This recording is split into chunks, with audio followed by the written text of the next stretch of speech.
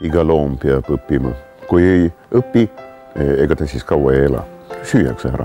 Inimene loomulikult kuulub ka loomariiki. Muuseas, meie liigi nimetus, õige nimetus on päris inimene. See on siis üks sõna, sõbrad. Ja?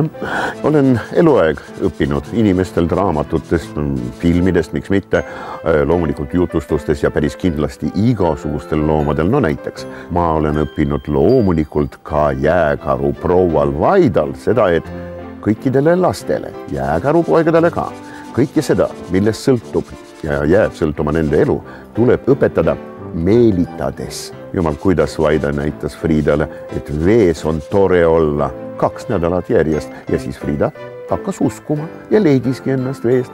Isegi šimpans, kes on väga tark ja inimesele kõige lähedasem loom. 5.–6. eluaastast enam juurde tõepoolest uusi asju, kuigi palju ei õpi. Inimene aga just selles vanusest 6.–7. eluaastast hakkab õppima võimsalt, õppeedukus aina kasvab ja elu lõpuni, mu sõbrad, õppige isuga ja püsite noortena.